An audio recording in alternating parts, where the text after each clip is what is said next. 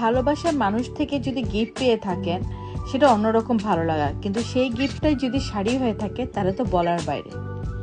আসসালামু আলাইকুম সবাইকে, আশা করি ভালো আছেন। সো লাস্ট উইকেন্ড আমরা গ্রামের বাংলার বাসার মতো একটা জায়গায় গিয়েছিলাম, যেটা কিনা সুন্দর।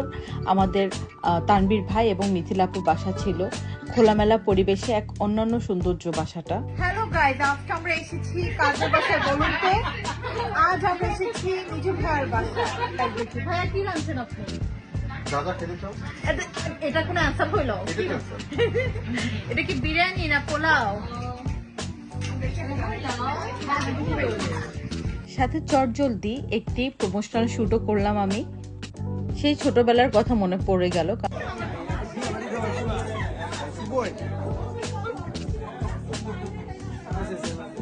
তোমার ফেভারিট ডিম? আসেন ভাইয়ারা, খান। এই পাপিয়া, স্বামীকে তুলে দাও। কি পিছনে দাঁড়িয়ে আছো? How was it? Oh, nice, so cute. সেই সাথে একটু করলাম ঢং। ড্রেসগুলো না পরলে জানি না তুমি আমাকে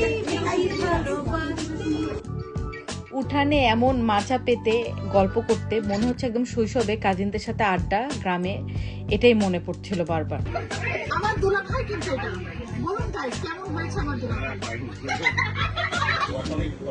এই দুলাভার বাসায় ছিল সেই আয়োজন নাস্তার, খুবই ভালো লাগছিল খেয়ে।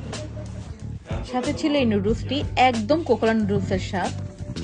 আশা করি আমার ছোট্ট ভিডিওটি ভালো লেগেছে। আল্লাহ হাফেজ।